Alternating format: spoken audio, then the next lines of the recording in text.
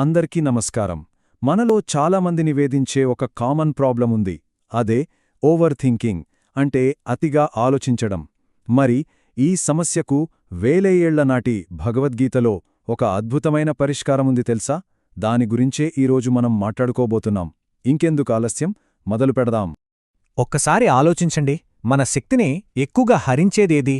రోజంతా కష్టపడి పనిచేయడమా, లేక గంటల తరబడి ఒకే విషయం గురించి ఆలోచించడమా? చాలామంది పనివల్లే అనుకుంటారు, కాని అసలు సమాధానం వేరే ఉంది. అదేంటో ఇప్పుడు చూద్దాం. అవును, మన ఎనర్జీని డ్రైన్ చేసేది మనం చేసే పనికన్నా మనం చేసే ఆలోచనలే. వినడానికి కొంచెం విచిత్రంగా ఉన్నా ఇది నిజం.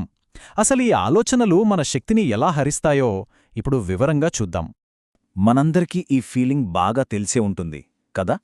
మనసులో ఒక్కటే ప్రశ్న, ఒకవేళ ఇలా జరిగితే, ఒకవేళ అలా జరగకపోతే. ఈ వాటిఫ్ ప్రశ్నలు ఒక లూప్లా మన బ్రెయిన్లో తిరుగుతూనే ఉంటాయి. వాటికి సరైన సమాధానం దొరకదు, ఒక యాక్షన్ ఉండదు, కేవలం ఆలోచనలే. ఇవి మన ఎనర్జీని ఒక లీకైన ట్యాప్లాగా మెల్లమెల్లగా ఖాళీ చేసేస్తాయి. ఇక రెండో రకం, గతం గురించి. అయ్యో, అప్పుడు నేను అలా మాట్లాడి ఉండాల్సింది కాదు, ఆ అవకాశం వాడుకొని ఉంటే బాగుండేది, ఇలాంటివి. ఈ ఆలోచనలు మనల్ని టైంలో వెనక్కి లాకేలి అక్కడే బంధించేస్తాయి, ముందుకు కదలనివ్వవు.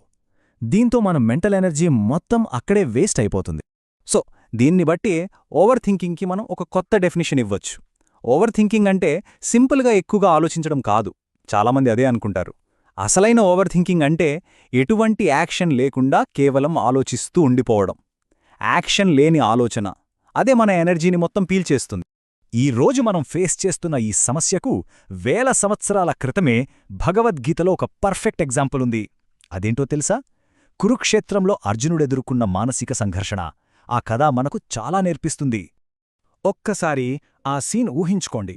కురుక్షేత్రంలో యుద్ధం మొదలవడానికి ఇంక టైం ఉంది. కాని అర్జునుడి మనస్లో అప్పటికే ఒక పెద్ద యుద్ధం మొదలైపోయింది. నేను పోరాడితే ఏమవుతుంది? పోరాడకపోతే ఏమవుతుంది? నేను చేసేది ధర్మమా, అధర్మమా? ఇలాంటి ప్రశ్నలతో అతని మైండ్ మొత్తం జామ్ అయిపోయింది. కనీసం కదలలేని స్థితికి, యాక్షన్ తీసుకోలేని స్థితికి చేరుకున్నాడు. గమనించండి, అక్కడ అలసిపోయింది అర్జునుడి శరీరం కాదు, అతనింకా యుద్ధం మొదలు పెట్టలేదు కూడా. అలసిపోయింది అతని మనసు. సేమ్ మన పరిస్థితి కూడా ఇంతే. రోజంతా ఏ పని చేయకపోయినా కేవలం ఆలోచిస్తూ కూర్చుంటే చాలు, విపరీతంగా అలసిపోతాం. ఎంత కరెక్ట్ కదా ఈ పోలిక? మరి ఇలాంటి మెంటల్ పారాలిసిస్లో ఉన్న అర్జునుడికి శ్రీకృష్ణుడు ఏం చెప్పాడు?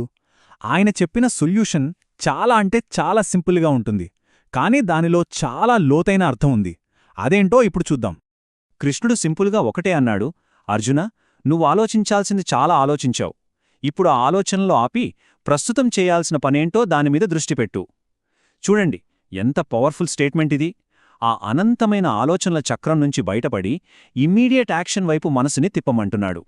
అంటే ఇక్కడ అసలు మ్యాటర్ ఏంటంటే, మన ఫోకస్ని షిఫ్ట్ చేయాలి. భవిష్యత్తులో ఏం జరుగుతుందో అనే మన కంట్రోల్లో లేని ప్రశ్నని అడగటం ఆపేసి, సరే ఇప్పుడు ఈ క్షణంలో నేను చేయగలిగిందేంటి అనే యాక్షన్కి సంబంధించిన ప్రశ్నని వేసుకోవాలి. ఈ ఒక్క చిన్న షిఫ్ట్ మన మైండ్ సెట్లో చాలా పెద్ద మార్పు తీసుకొస్తుంది. సరే, ఈ ఆలోచనల ప్రవాహాన్ని ఆపడమెలా? దీన్ని అర్థం చేసుకోవడానికి ఒక మంచి అనాలజీ, అంటే ఒక పోలిక ఉంది. ఇది మనకు చాలా హెల్ప్ అవుతుంది. మన మైండ్ని ఒక ఫ్యాన్లా ఊహించుకుందాం. చాలా సింపుల్ అనాలజీ అనిపిస్తుంది కదా, కానీ ఇది చాలా ఎఫెక్టివ్గా పనిచేస్తుంది. మనం ఓవర్ థింక్ చేస్తున్నామంటే ఆ ఫ్యాన్ ఫుల్ స్పీడ్లో తిరుగుతున్నట్టన్నమాట. స్పీడ్ పెరిగే కొద్దీ ఆ ఫ్యాన్ రెక్కలు కనిపించవు, సౌండ్ మాత్రం విపరీతంగా పెరిగిపోతుంది. ఒకటే శబ్దం, గందరగోళం. మన మైండ్ కూడా అంతే. ఆలోచనలు ఎక్కువయ్యే కొద్దీ క్లారిటీ పోయి అంతా కన్ఫ్యూజన్గా ఉంటుంది. మరి ఆ ఫ్యాన్ని ఎలా ఆపాలి? సింపుల్, స్విచ్ ఆఫ్ చేయాలి. ఇక్కడ స్విచ్ ఏంటో తెలుసా? యాక్షన్. మనం తీసుకునే చిన్న చర్య అయినా సరే, అది ఆ ఫ్యాన్ని ఆఫ్ చేసే స్విచ్ లాంటిది. స్విచ్ ఆఫ్ చేయగానే ఆ సౌండ్ ఆగిపోయి ఎలాగైతే సైలెన్స్ వస్తుందో, మనం ఒక చిన్న యాక్షన్ తీసుకోగానే మన మైండ్లోని ఆ నాయిస్ ఆగిపోయి ప్రశాంతత వస్తుంది. సరే, మరి దీన్ని మన డైలీ లైఫ్లో ఎలా అప్లై చేయాలి?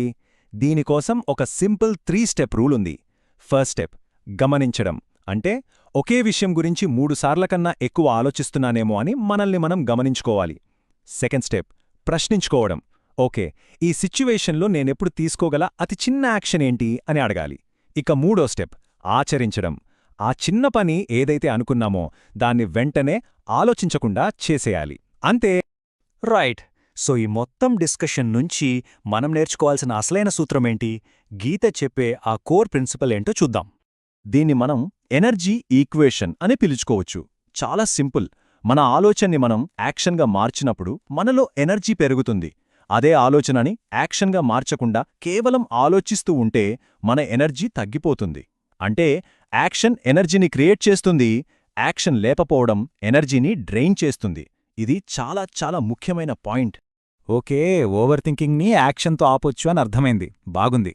కాని మనల్ని వెనక్కి లాగే మరో పెద్ద ప్రాబ్లం ఉంది. అదేంటంటే ఇతరులతో మనల్ని మనం పోల్చుకోవడం. మరి ఆ అలవాటుంటే పరిస్థితేంటి? ఈ ప్రశ్నతోనే మనం నెక్స్ట్ టాపిక్లోకి వెళ్దాం. అసలు ఈ పోలిక అనేది మన సంతోషాన్ని ఎలా దొంగిలిస్తుంది? దీని గురించి మన తర్వాతి చర్చలో వివరంగా మాట్లాడుకుందాం. అప్పటిదాకా ఆలోచించండి, కాని మరీ ఎక్కువగా కాదు. అవసరమైనప్పుడు యాక్షన్ తీసుకోవడం మాత్రం మర్చిపోవద్దు. ధన్యవాదాలు.